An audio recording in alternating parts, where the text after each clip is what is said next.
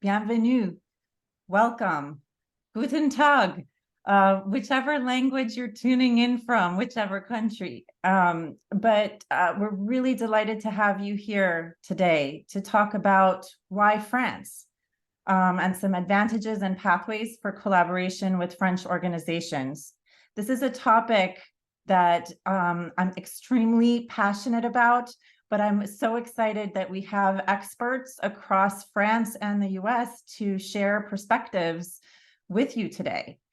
And in order for me, before we dive into the panel discussion itself, to share a spotlight on France and to bring you a flavor of France to Boston and our virtual world here, wanted to give you some statistics and give you some grounding information that will help set the tone.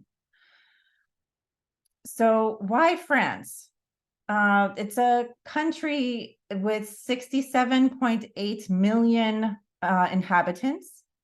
It is Europe's #2 largest market. It has a central position in Europe that facilitates transatlantic business. It's a leading country for foreign direct investments as well, with an infrastructure that's favorable and well-developed for regulatory environments.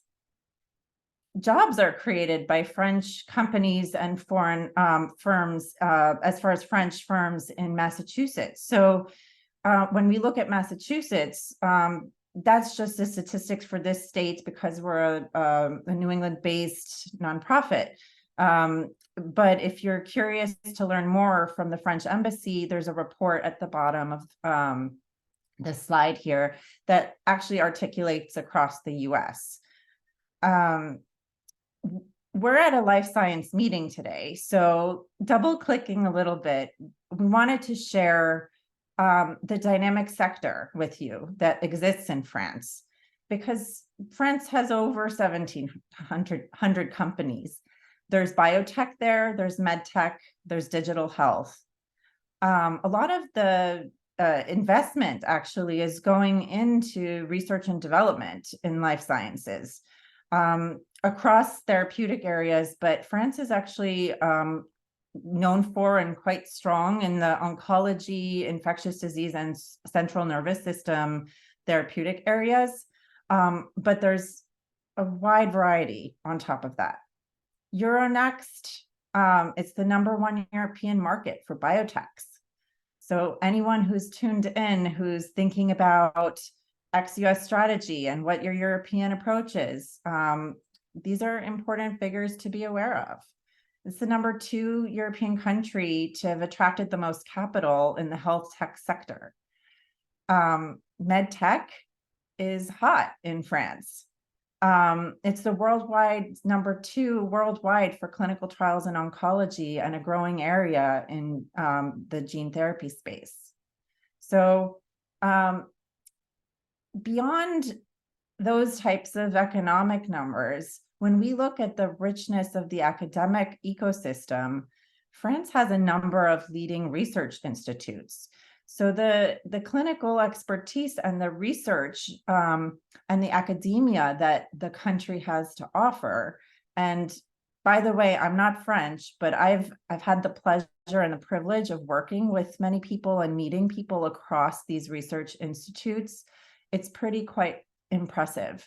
And so there's also 73 universities across the country. So, and we're fortunate today to have representation from those places who will be speaking with you. Something as I was digging into this, I thought it was quite interesting that Paris-Saclay University is ranking 15 in the Shanghai's academic ranking of world universities. For those of you not familiar with that, that's actually ahead of Johns Hopkins in the United States. Wanted to also thank Business France and the team and for some of the statistics that I'm sharing with you today. They're a partner that closely tracks some of the metrics as well. So as far as the collaborative innovation ecosystem, France actually has quite a bit of patents that are filed. It's the first country in the European Union with patents filed, based on these statistics. The half of the health tech companies are actually spin-outs of public or academic research institutions, which goes to show you what I showed on the previous slide as far as the scientific expertise that exists across the country. There's also attractive annual R&D tax credits for the health industry for companies and people to be aware of. There's also a new fast-track clinical trials process to ensure shortened processing times for anyone who is pursuing European or global clinical trial strategy. What you see on the right here, it also represents some attractivity clusters and polls, biopolls as we call them, that is supported by the French government for attractivity based on regions. So if you're curious about connecting with different regions, France has a lot of different ways in doing that and key point people across the regions. So what's new with France? Well, you might have seen or heard about the France 2030 report. It's actually a couple of years ago, a 54 billion euro investment plan for France that came into play for industry, innovative technologies, and an ecological transition. So what does that mean? Well, if you dive in deep, there's 7.5 billion euros being dedicated to healthcare and life sciences through grants, BPI France, the Public Investment Bank, who are, for those of you not aware of them. But what this means for life science and our industry is that there's three government priorities. There's biotherapies and biomanufacturing, which life sciences is involved in. There's digital health, and the medical device of the future is a whole area and government priority. Both from a data hub, health data hub perspective, investments, and education on the topic of digital health. There's also priorities on the area of emergent infectious diseases and nuclear threats. The other piece is that there's a creation, and we're fortunate today where we're going to have some insight on this topic, but the creation of 12 new IHUs, which are basically for those Americans on the call, centers of excellence from an academic and research hospital perspective, and 4 new bioclusters, so more research and resources specific to different areas. For example, in cancer with Paris-Saclay and oncology, which I won't go into because you will hear more about. So as you can see, you have a little bit more on France, and there's many teams and people who are willing to speak with you about this. But without further ado, let's talk to the experts, because we're bringing a flavor of France to our community here at the New England French American Chamber of Commerce of New England, and our network. And the goal is to connect the ponds and support any ways that researchers, business people, companies are trying to take a transatlantic approach. And so we're trying to facilitate that through this program, and really excited to share with you this panel where we're going to focus on why France from a pharma perspective, from an academic perspective, from a research institute lens, and also a US startup. We're going to hear from all of these lenses today.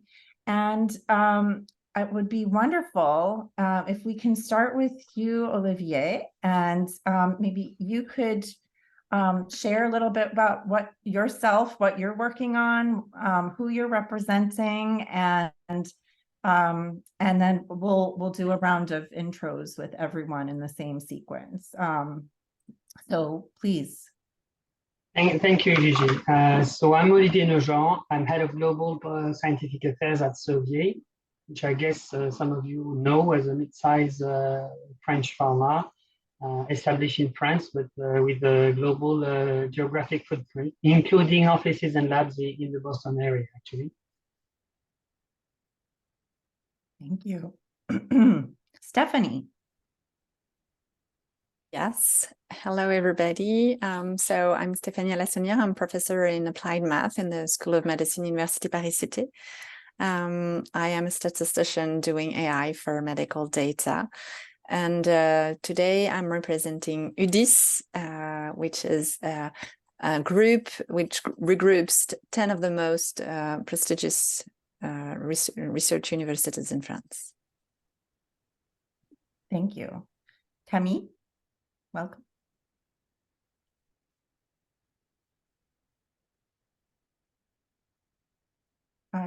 You're on mute. I'm Camille Tribou. Hi, everyone. I'm head of Alliance Management at Pasteur Institute. I'm sorry. First, I would like thanks FACNI and FABS for your invitation. I'm very excited to be there today and share the following hour with you and Olivier, Stéphanie, Peter, and you, Gigi, our host and moderator. I've launched my career in management of real estate assets during 10 years, and driven by my value, my need to serve society, to improve human life, I will move my way to healthcare sector. My first experience in life sciences has been offered by Institut Pasteur as contract manager, and I'm still proud to belong to Pasteur Institute. Since 7 years from now, I have been managing the team leading post-contract activities, from financial flow to alliance management, for all our partnership involving industrial actors. So I'm really happy to have the following hour with you. Thanks. Thank you, Camille. Welcome. And Peter. Hi, my name is Peter Cornelius, and thank you for the FACNI for inviting me to take part in this really interesting and exciting panel discussion. So I'm the Senior Director of Translational Research at a biotech company based in Massachusetts called Syndevrix. We're a clinical stage company, and as the director or senior director of translational research, I've had the opportunity to work with a variety of companies globally. I should also mention that Syndevrix is a virtual biotech company in that we have no wet lab space. So all of our laboratory work is contracted through vendors globally. So and we have some experience working with companies in France.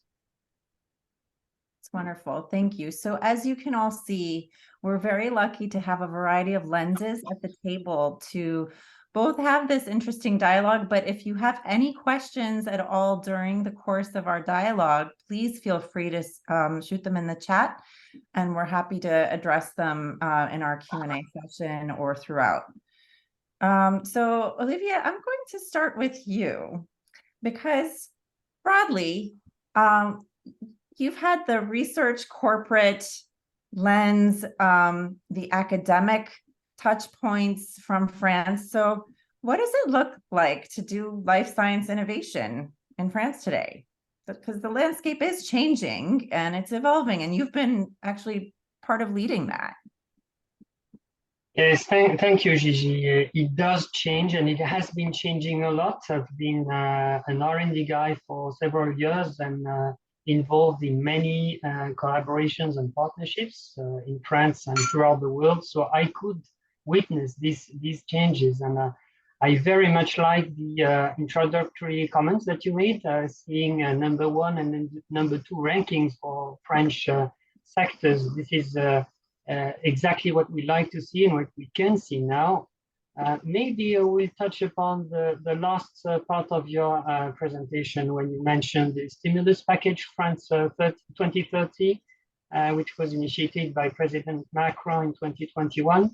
We now start to see concretely the benefits of this 7.5 billion euro package, especially for the health sector.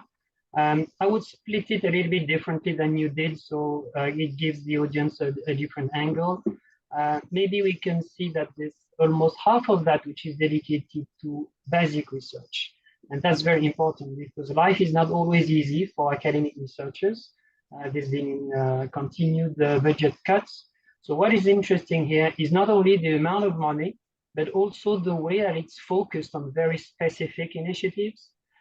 So that accounts for the hospital and university institutes that you mentioned and that Stephanie will elaborate on. That is also true for very concrete technology platforms and for what we call priority research programs, the PEPR, which really drives these funds into very specific areas where we think that France has a role to play. So focusing investment in specific areas, I think that is a very important change. And part of that, I think, is good to mention for our audience today. There's a plan to put in place 40 to 50 chairs of excellence that will be funded to attract talented scientists globally. So it can very well be some of our friends in the US that want to come to France and create a new academic lab. So this is very important. The call will be open in the coming weeks and months. And I think this is part of what is interesting to build new dynamics and additional dynamics, including transatlantic dynamics for innovation in France. Maybe a second point I would like to further comment on is the bioclusters that you mentioned, Gigi. I think this is really a game changer in terms of investment, not only because it's big tickets. These 5 bioclusters will run on about 200 million euros of initial budget, which is huge at the French scale, but not only for the money, but also for the meaning that it comes with. These bioclusters are meant to foster public-private partnership, and more than that, to favor translational activities. We all understand and know that French academic research, especially in life sciences, is extremely good, world-class and renowned scientists. But it's not always easy in France to translate these findings into concrete elements, into assets. And this is one of the main purposes of these bioclusters. They are also focused on specific themes. They are implanted in specific geographies, but they have a national ambition. And I think Alexis Genin will cover that later on with the example of the brain and mind biocluster. And I think this is very important both for the academic and for the industrial world to meet and to articulate energies around common goals. Yeah, so it's a pretty thoughtful approach, even across basic research all the way through clinical, which is really exciting. And to your point, yes, many people do know about the history and the richness of the French academia and research side, but many people are not familiar. And that's why we have actually offered this program. So I had the fortunate experience to study and work in France. So, but let's hear a little bit from the academic lens now. So thank you, Olivier. So, Stephanie, so tell me a little bit more. Tell us all about what is UDIS exactly? Why is it important? And give us a flavor into the French academic landscape, because it is pretty cool. I hope so. So UDIS is the result from the alliance of 10 of the most successful universities in terms of research and transfer, and of course, training. And these 10 universities have been winners of the government call for really pushing forward the intensive research, both from fundamental to translational research. UDIS is a platform for fostering research cooperation. And this is kind of an interface that really connects the research internationally and tries to make the link between people on the same expertise across oceans or across borders, actually, depending on their expertise or their interest or a specific topic of research. And the aim is to try to being the reference and the voice of the French research on the international stage. And we really try to develop the international network within the group of intensive research in universities. So in this landscape, so you have this 10 universities which are quite big. And then you talked about the biocluster. We have Institut Pasteur, which is a leading institute also in healthcare. So we have all these different local elements, but we have also CNRS, as you say, INRIA, and other national institutes that are doing excellent research. And now the goal is really to try to have these university taking the lead locally on their landscape, so that basically you have a territory that is given by the university, and we are trying to develop and try to be fruitful in this area, so that the university starts to be like in the US, one land could be referred to one or two universities. So this is trying to be structured like this more and more. So of course, these centers of excellence have been supported by the government, but their ambition is really to gather public and private resources. All these calls really encourage or force the transfer, co-investment, co-construction, collaboration with private companies. So this is now something that is really, really deeply involving each of the calls that we have. So I can illustrate our partnerships with the US with three different elements. So maybe some of you are familiar with what we've been doing historically in chemistry. So we are kind of famous with this, but we have also other part where we are quite successful.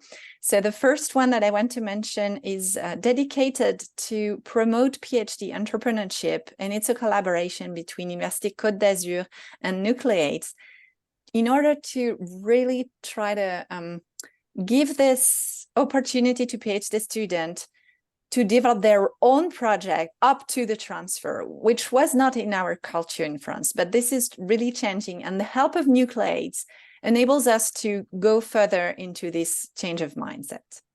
The second example comes from University of Bordeaux. So they are not only doing good wine, we have the chance to had a very great project on productions of cells for cellular therapies. And this led actually to a startup which is named Tree Frog Therapeutics. And it has the chance to be incubated in the Lab Central in Boston. So now you have our baby to take care. And the last example that I can mention is in digital health. AI and digital health have become a very deep subject and very hot topic in France with many different calls.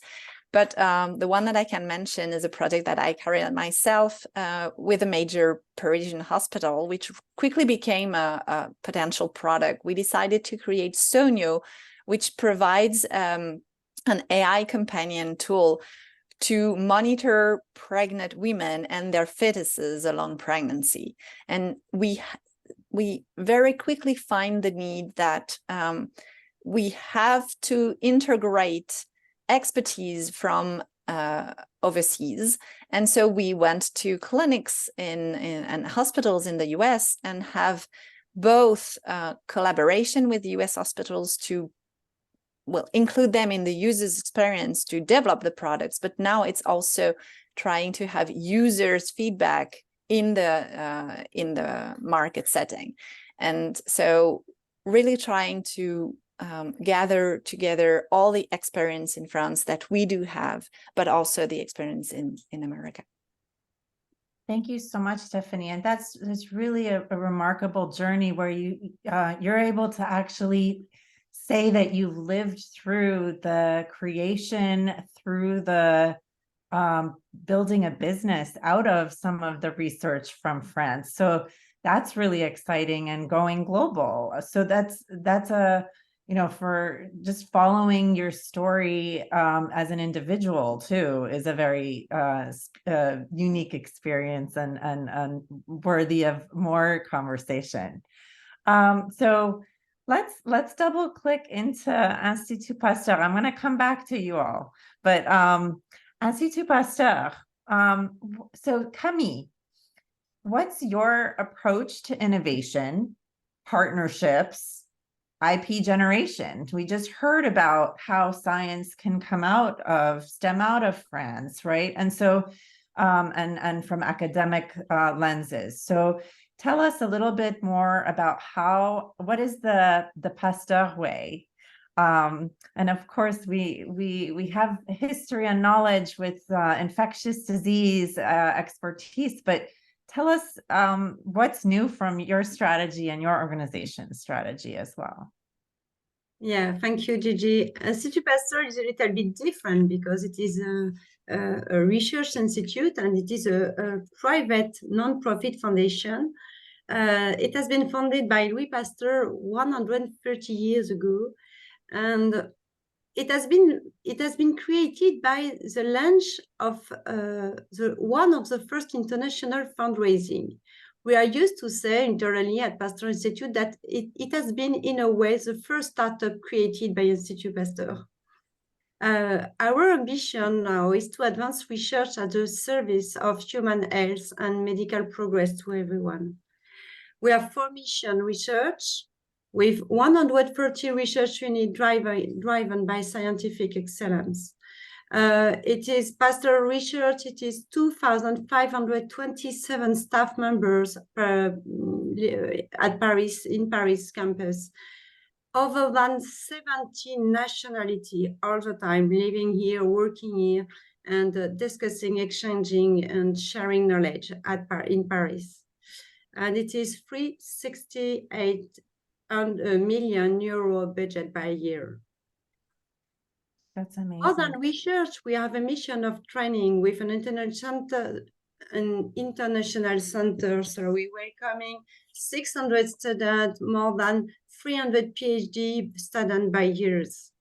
It is to a public health mission with a medical center at the forefront of several clinical research activities and 14 French national reference centers. The 4th mission of Pasteur Institute is development of research application. It represents 4 million euros of revenues by year for Pasteur Institute.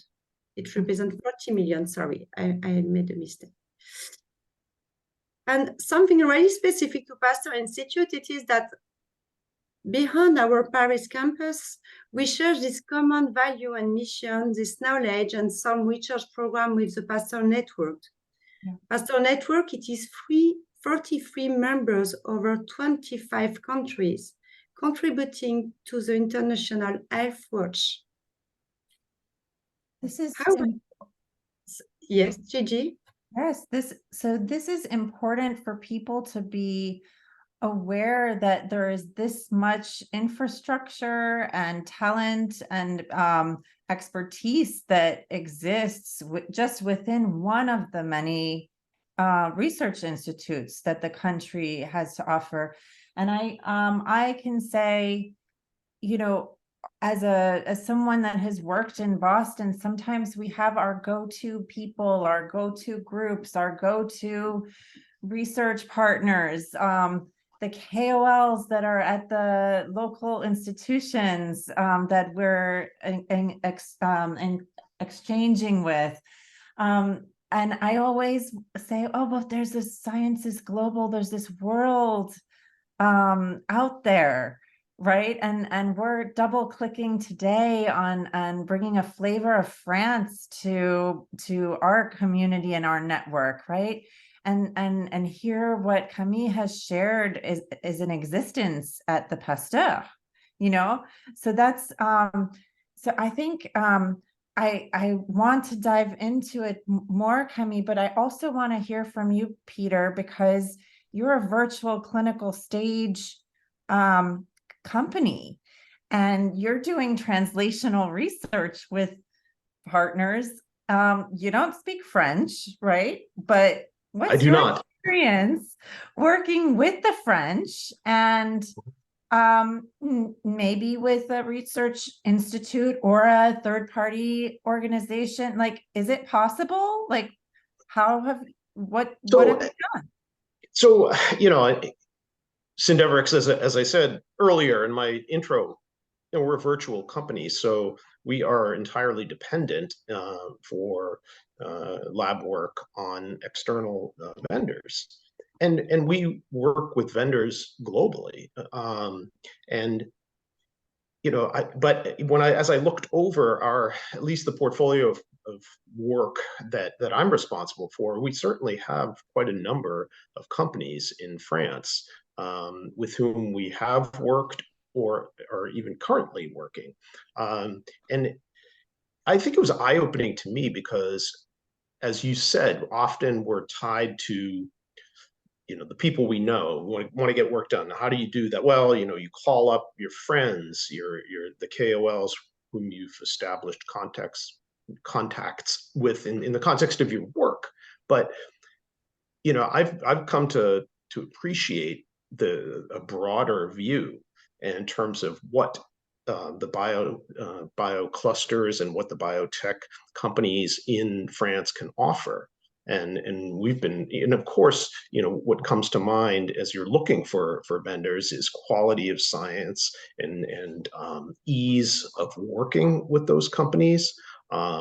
Sure, we work with companies, like I said, globally. So, the time difference in working with companies in Australia or China can be a bit of an issue, as I'm sure many of you know. The 6-hour time difference in France is not a major barrier. And language, again, I didn't work with companies in France prior, in past years, but I haven't found, as you said, I'm not a French speaker, but I haven't found the language to be a barrier at all. Getting back to I think the number one item before you start to look at those other items in thinking about a vendor is the quality of the work and the science. And we've been very impressed with the companies that we've worked with. And in many cases, the data produced by those companies is being incorporated into presentations and hopefully soon publications. That's wonderful. Thank you. So we've heard from your variety of lenses. I'm going to go back to you, Stephanie, because let's say there is a startup or a clinical stage company, or from, let's say, the Boston area, because we're from here, right? And they want to connect with French academia. Where do they start? How do they start? How do they even approach this? Because they might have joined our program today and thought, oh, wow, I should start thinking about global clinical sites. Well, we had the chance to have 29 PUI, I cannot translate, but basically we are trying to federate in a local, regional way, the knowledge about the labs, their connection with international companies or other universities, etc. So we are trying to have a map of what is locally done. And so these pôles universitaires d'innovation are really trying to map everything. So if you want to contact one university because on one site you think that you may have some good contact and good project to lead, then you can go through the vice president innovation, who are leading this structuration of the partnerships and the innovation and transfer. Thank you. And Camille, I heard something about San Francisco. So, would you care to share some of the bridges and the international strategy with Pasteur?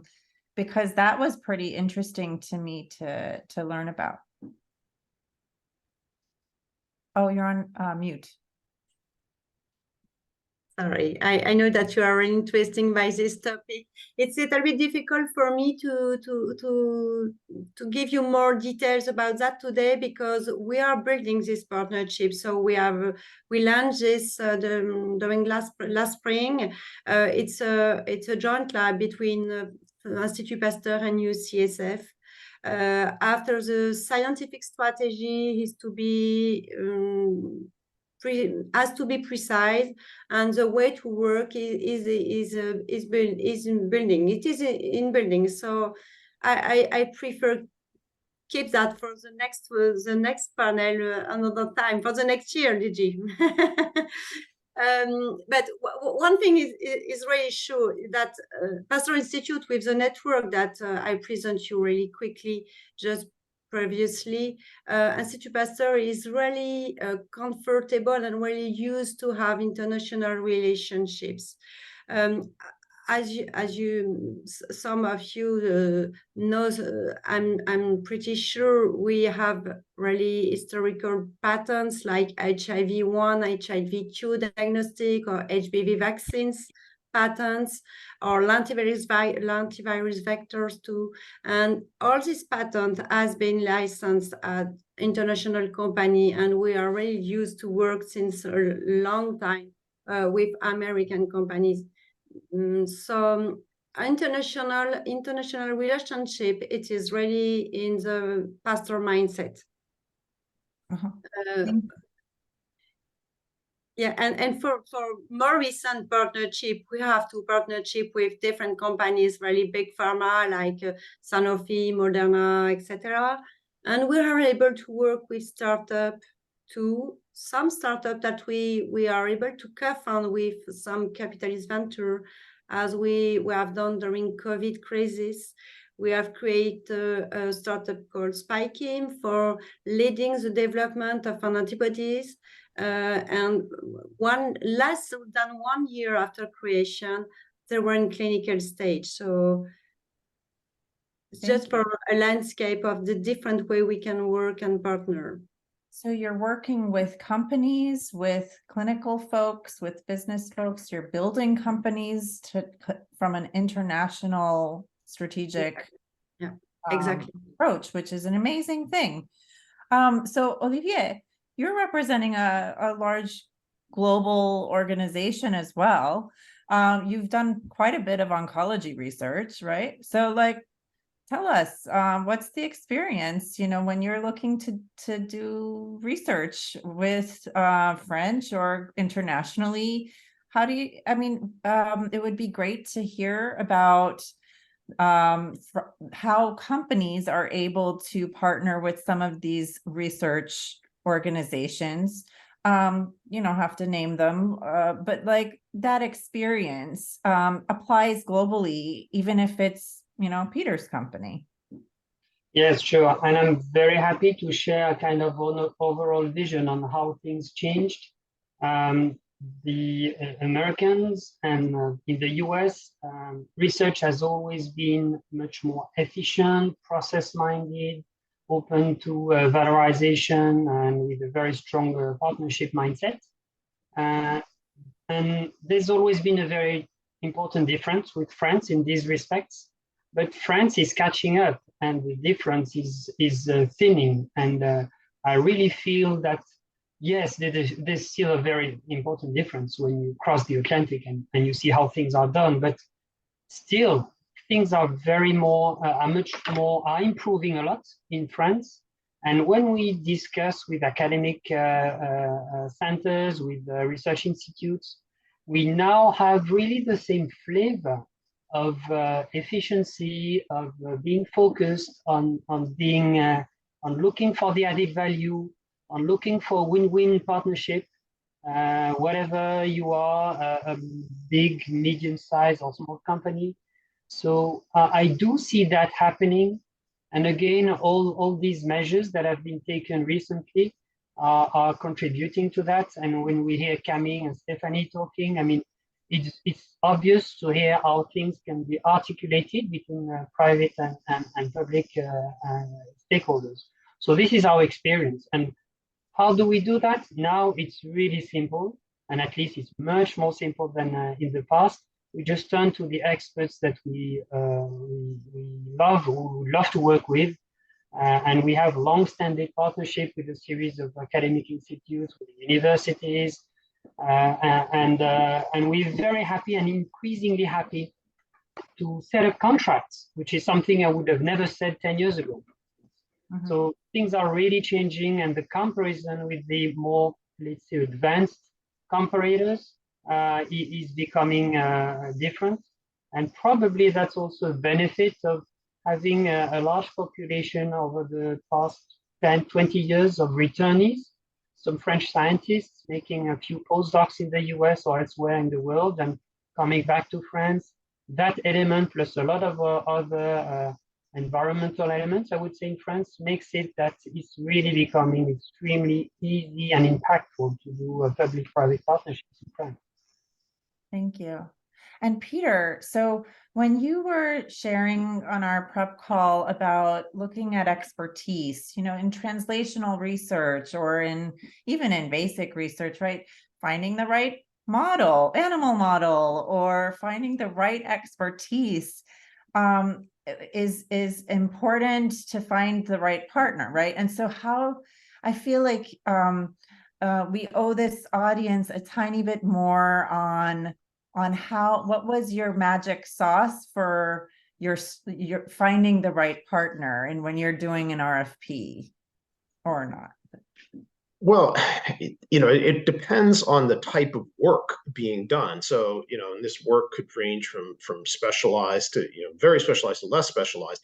And, you know, the less specialized you get, you can find more vendors globally. And then perhaps other factors come into play, like cost. Although, for example, when profiling, you know, a new formulation that we had developed of our clinical material, Eveximostat, a polymer drug conjugate, we needed a large animal model. And, you know, we looked around and we found, you know, cost was not the major factor. I think it was timing and availability allowed us to do studies in a porcine model in France at BioTrial. And I didn't even know BioTrial, whom we had met at CIC. I think this is the other piece that comes into play in terms of our location as a virtual company within the Cambridge Innovation Center, has allowed us to meet in a somewhat opportunistic fashion a number of companies in France who have offices, who are based in France, who have offices in Cambridge. And anyway, so BioTrial, I knew them as a sort of perhaps a clinical trial organization, but then was happy to learn about their, you know, their preclinical profiling toxicology services, and they were excellent partners to work with. So I think, you know, it's important for folks in the Boston area to be able to learn about, you know, companies. You know, I'm talking about vendors, you know, who can under contract perform this kind of work. Again, this was the more standard. You can find companies, you know, and globally who could do that kind of work, but in terms of timing, BioTrial was excellent. And then going to the more specialized end of things, you know, working with Innovation has been great because they've commercialized an old assay that was used in oncology to study angiogenesis many years ago, and that is growing tumors in the chick embryo.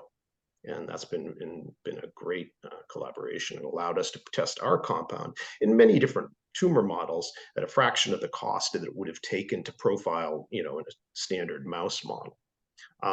So it's a range of I guess, situations that have led us to companies in France, and balancing timing, expertise, cost, are all the factors that, as you might suspect, go into those kinds of decisions.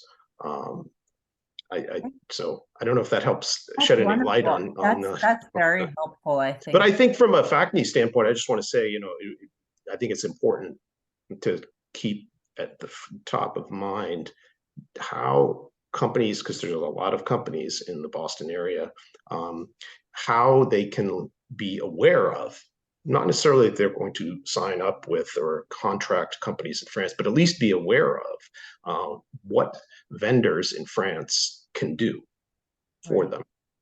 All right, thank you.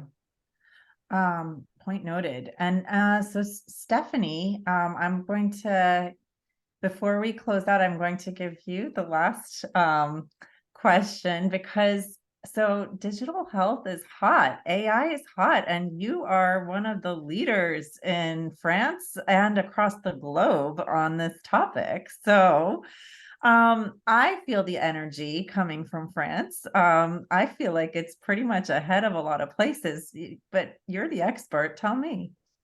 Tell us. Yeah, so again, we had the chance to be able to structure ourselves. All the teams that would like to be dedicated to AI for health were grouped into clusters. And we have the Parisian one, which is called Prairie. And Pasteur is part of Paris, CNRS, INRIA, INSERM, and University of Paris. No, INSERM, sorry, Paris Sciences et Lettres, PSL. Another university, Parisian university, and we have the chance now to be able to collaborate together to push again faster and in a very interesting dynamic this AI for health topic. And as an example, we know that we are talking about generative AI. In health, generative AI, it could be a good way, but you need a lot of data to train all these deep nets. But if you think about healthcare, you will never be able to reach such an amount of data. So we are really trying to think about can we do this, but without this big amount of data that we require. So this is, for example, one hot topic in this Prairie team that I'm part of. So and we have many other places where in Grenoble, for example, you have a lot of med tech, which is dedicated to help robotics with AI. So in the medical field as well. So yes, we are structured, we are pushing forward, and we are trying to go faster and faster in this and deeper. Deeper. Thank you. So as we wrap up our panel discussion, I wanted to get just like one or two words when you think of French health innovation. What comes to mind? Give us one or two words. So I'll start with you, Olivier. If there's a punchline, if you want to leave the audience with something that was memorable about the French experience, the French way, the state of today for France and health innovation, what are those two punchy words? I think that it's about translational expertise now, and we are starting to really capitalize on the academic expertise and translate that into assets that make their way through startup companies, biotech companies, medtech companies, health tech companies, you name it, including large companies that all obviously benefit. We do benefit from that, this increased dynamics. So to me, this is really the key thing which is at play and which transforms completely the overall benefits of health innovation in France. Thank you. Camille, let's hear from you. What are your two words that come to mind with French health innovation? And you're coming from a research institute lens. So yes, I would say the same thing than Olivier, because one of the big change of the last 10 years, it is the fact that all actors of French ecosystem of healthcare are from now really working together, and really working together for public, private institution, university, research foundation, industrial CROs, CDMOs, venture capitalists, etc. So for me, it will be the same keyword because I'm convinced that it is really a big change and a great opportunity for foreign companies to find this ecosystem in France. There is trust between ourselves. There is a lot of dynamics, and as you present during the introduction, Gigi, there is a lot of money put in by French government and a lot of initiative for pushing transversality, transdisciplinarity, and different actor as a part to play and in this game. So please come with us. Let's play. Thank you. Peter, how about you? What 2 words come to mind? I don't know if it's just 2, but I think high quality, cost effective CROs. Thank you. Stephanie. I would say interdisciplinarity. Trying to put together medical doctors with physicians, physicists, let's say, chemical expert, mathematician, computer scientist, etc., is probably the key for the future innovations. Thank you so much. Thank you all. We're going to open it up to any questions. And I also wanted to make note that I see we have support from the Boston French Consulate. Thank you, Monsieur le Consul and team, for joining today. Wanted to welcome you as well as the California team from the California Consulate. So we have support from both the coasts joining us today. So there's clearly a lot of interest from the consulate level too, and connecting with you all. Any questions?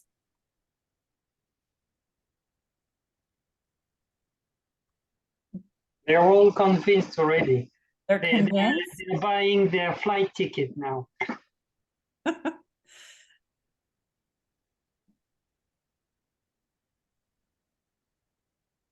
Oh, we have a shy group here, but a very interested group. While we're waiting for a question, Gigi, may I elaborate on one of the aspects we just alluded to?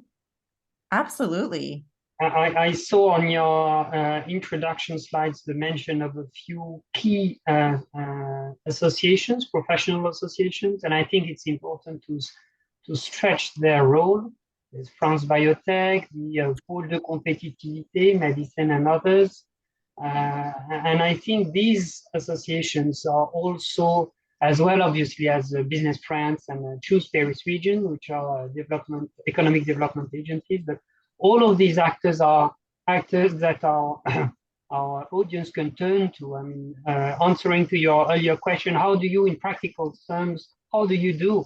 Well, these guys, France Biotech, Business France, and the health competitivity polls are all extremely well connected and extremely dedicated to supporting companies, including foreign companies interested in France. So I think it's important to have that in mind.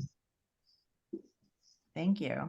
I see some questions coming in. So Vinit, so should a life sciences startup in France raise VC funding in Boston?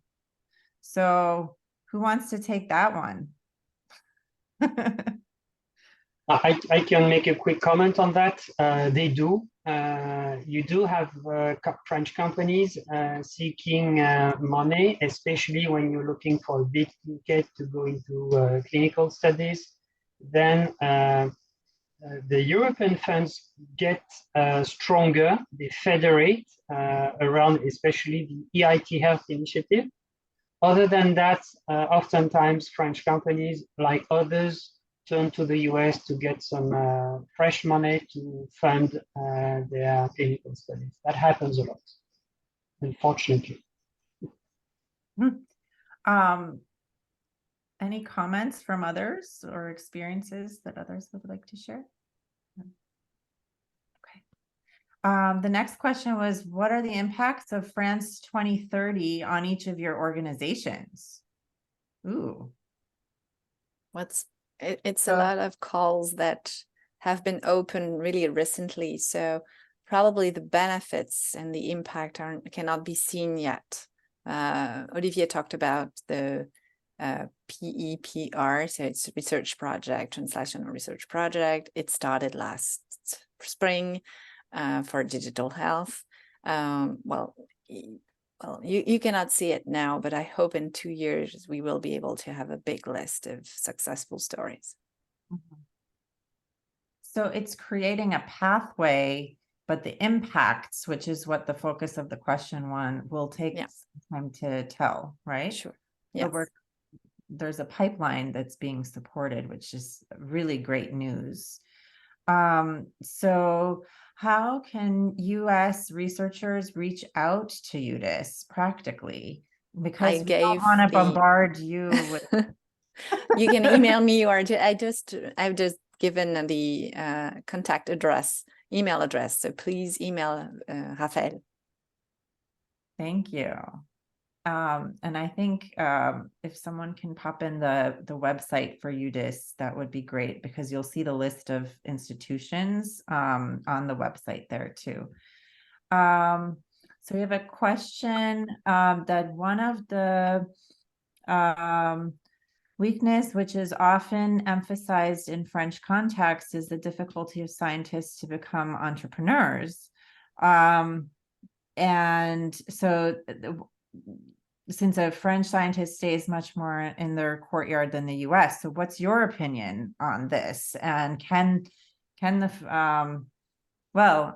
can a French scientist become an entrepreneur? We have one on the call, so. Well, actually, as I said, the mindset is changing.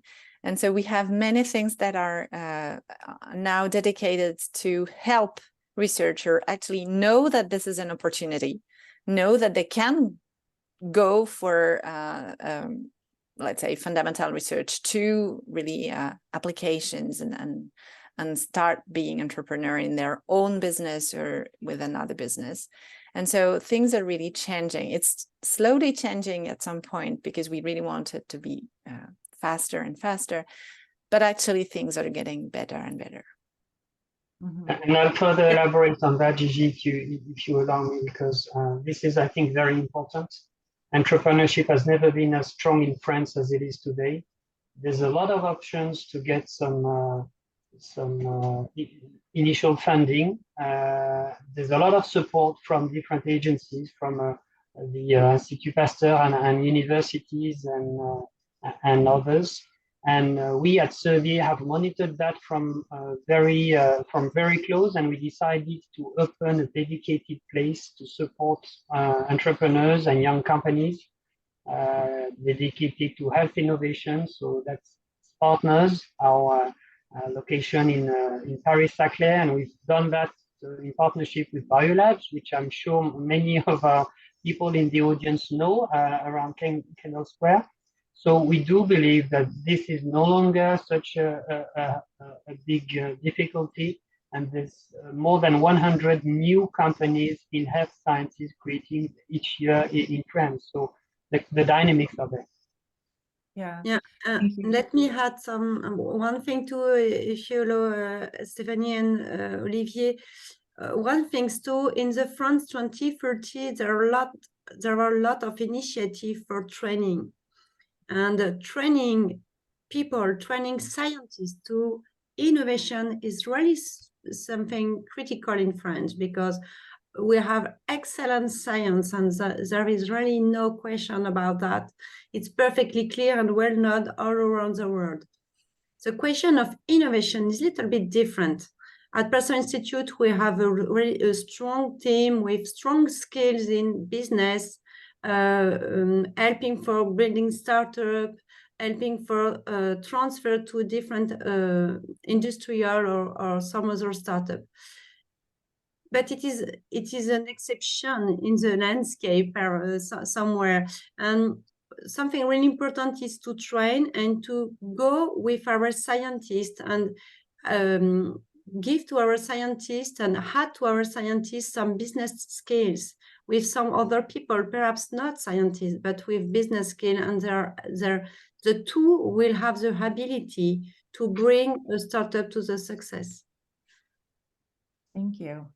So I think this is an important question that, to your point, Camille, many people are convinced of the quality and excellence of the research coming out of France. So if any of you can comment maybe on the potential challenges for research, or, we're a conversation of fair balance, the pros, the cons, the good, the bad, like, are there certain areas where you think are,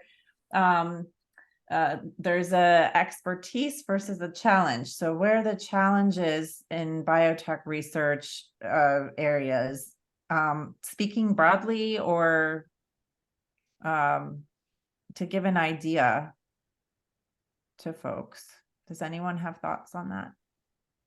I'm afraid that it's related to one of the first questions. The main barrier is really the late stage funding.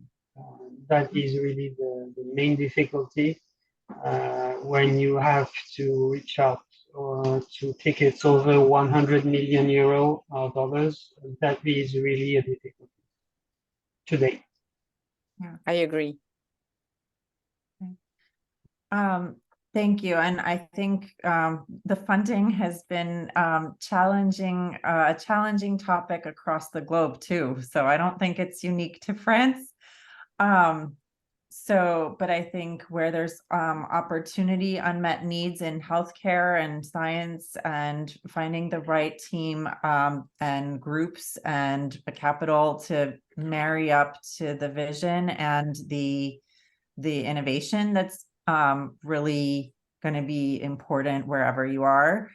I did want to also comment from my experience, if I may, that it goes back to your comment, Stephanie, about the interdisciplinary keyword there, because I do find that I've seen a lot of French engineers end up in healthcare and life sciences, which I don't really see that like as much in the US market. So the interdisciplinary dialogue has been really interesting within the biopharma settings that I've had exposure to with French companies that I've mentored. And I feel being able to systematically approach a problem, or, like if you're trying to complement talent globally, I've noticed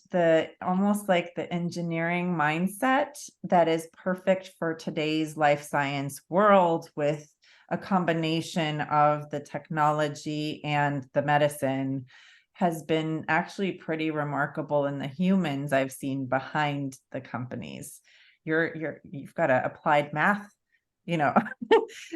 background, so that systematic approach is something that I've seen as unique, or in the population that I've been exposed to. So I wanted to thank you all for your time as our distinguished panelists.